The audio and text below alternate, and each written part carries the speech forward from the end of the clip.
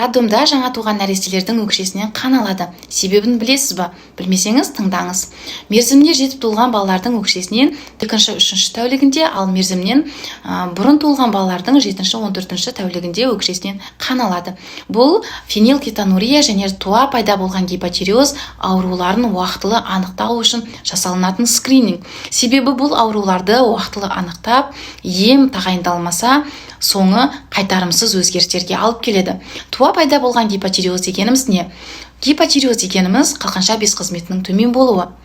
Қалқанша безі мидың қалыптасуынан бастап баланың бойының өсуі, салмақ қосуына, физиологиялық дамуына әсер етеді. Және қалқанша безі организмдегі бүкіл зат алмасу процестеріне қатысады. Енді осы тапсырған анализде ТТГ деңгейі жоғары болса, өздері жергілікті тіркелген емханаға хабарласып айтады. Олар сізге айтады, қайтадан қан анализін тапсырасыздар. Себебі бұл диагнозды нақтылау үшін. Кейбір жағдайларда балада транзиторлық, яғни өтпелі гипотиреоз болуы мүмкін. Ал кейбір жағдайларда балада туа пайда болған гипотиреоз болуы мүмкін. Диагнозды дәрігер қояды. Егер балада туа пайда болған гипотиреоз болса, әрине гормон тағайындалуы керек. Себебі баланың интеллектуалды дамуы, IQ дамуына бұл өте қатты әсер етеді.